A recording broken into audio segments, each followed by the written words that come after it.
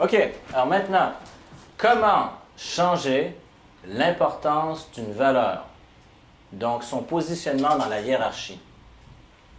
Alors, je suis curieux de savoir comment, selon vous, on peut changer le positionnement, donc l'importance d'une valeur dans une hiérarchie, ou peut-être même installer, justement, on a vu qu'on peut en enlever, puis on peut en installer des nouvelles.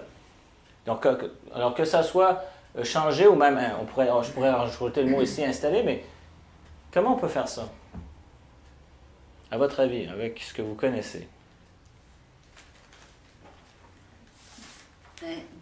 D'après ce que comment je l'ai fait, c'est que par quoi je vais commencer. C'est comme un classement des choses que je vais faire en premier, en deuxième et en troisième.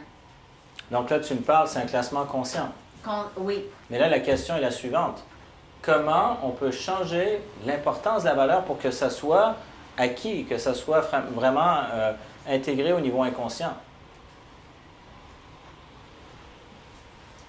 Je pourrais te répondre, mais c'est plus par rapport, en fait, pas par rapport au coaching, là, mais par rapport à moi. Là. Tu sais, quand j'ai eu des valeurs dans ma vie que, bon, à un moment donné, j'ai changé. À travers les expériences. C'est ça. Et c'est quand j'ai pris conscience, justement, qu'une valeur était destructive. Bon, OK, donc on entend prise de conscience. Donc, il y a des expériences qui vous ont amené à faire des prises de conscience. Bienvenue.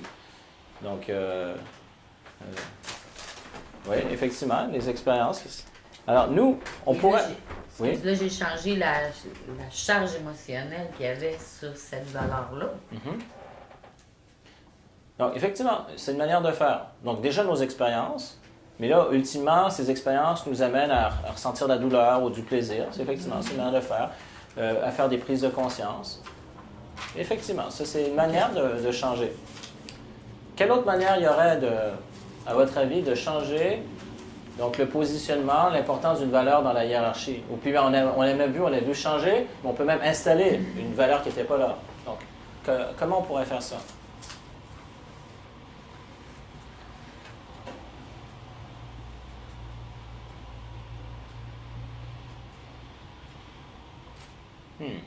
Avec une induction?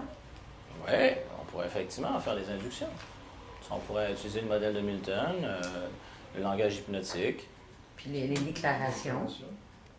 Alors, effectivement, les techniques de conditionnement, les déclarations, il y en a des moyens. Hein? Il y a plusieurs manières d'arriver, il y a plusieurs chemins qui mènent à Rome. Sûrement, oui. Oui, ou à Montréal, ou à Paris, ça dépend. Marseille, comme vous voulez. Chicoutimi. L'autre affaire aussi. Oui. Alors, l'intégration des parties conflictuelles. Intégration des parties. Alors, voilà ce que la PNL nous propose. Donc, on voit qu'il y a plusieurs moyens. Mais là, il y en a un. On va regarder. Donc, on peut voir.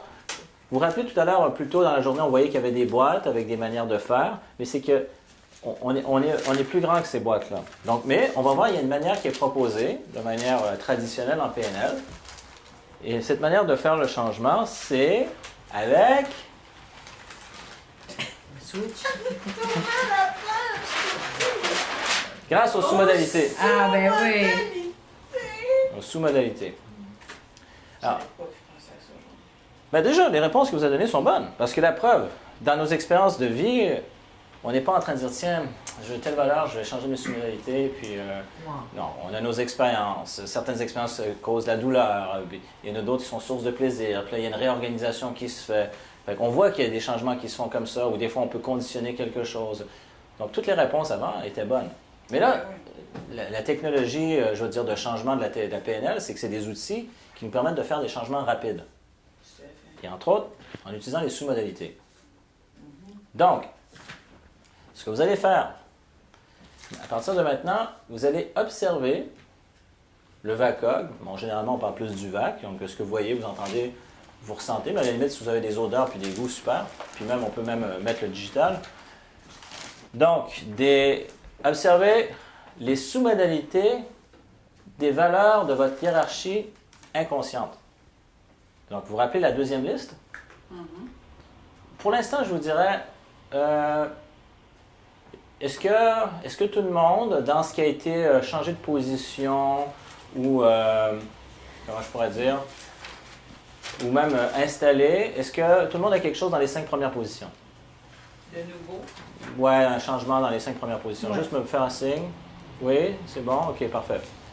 Alors, ce que je vais vous aider, pour pas qu'on prenne trop de temps, ce serait, encore là, on va en équipe, vous allez observer sur chaque valeur, mettons, on va dire les 5 premières, pour l'instant, c'est les sous-modalités qui sont là. Donc, par exemple, telle valeur, j'ai une image, et mon image est de telle manière, ou tiens, j'ai un son qui vient avec, et le son a telle caractéristique, ou j'ai une sensation, et la sensation est comme ça. Et l'autre personne écrit la formule, les sous-modalités. OK? Pour chaque valeur. Donc, mais on se limite à 5 parce on veut avancer. OK. Après, on va passer à une autre étape. Alors, pour tout de suite, ça peut se faire relativement vite. Hein? On n'a pas besoin de discuter puis de faire raconter notre vie et tout ça. C'est vraiment, on observe c'est quoi les valeurs, c'est quoi leurs caractéristiques, les sous-modalités. On change et après, on va pouvoir avancer. Parce que j'aimerais qu'avant que vous quittiez, vous soyez en mesure de goûter, de vivre l'expérience, de voir les changements. Donc, que vous puissiez vous dire en vous-même, tiens, ça fonctionne. Hein, là, je viens de vous décliner le VACOG, là, vous me voyez venir, vous m'entendez, mais c'est ça. Donc, que vous puissiez le ressentir, le voir, même que ça vous dise que pour vous, ça ait du sens et que ça vous dise quelque chose, que finalement, c'est profitable, c'est bon pour vous et ça le sera pour vos clients. Parfait? Alors, faites l'identification des sous-modalités. On va dire, pour l'instant, on se limite à vos 5 premières valeurs de votre hiérarchie inconsciente. Donc, c'est celle qui est là en ce moment. Donc, on n'est pas dans de l'invention, on observe ce qui est présent. C'est bon? Fait qu'on oublie celle qu'on a rajoutée. Oui, ça, c'est la désirée. Pour l'instant, Ok, on revient c'est la là-dessus, désirée. mais là, je suis en train de vous donner un indice. Vous C'est voyez bon. venir, mais c'est pas grave. Là, pour l'instant, on observe ça. OK. OK, alors, go!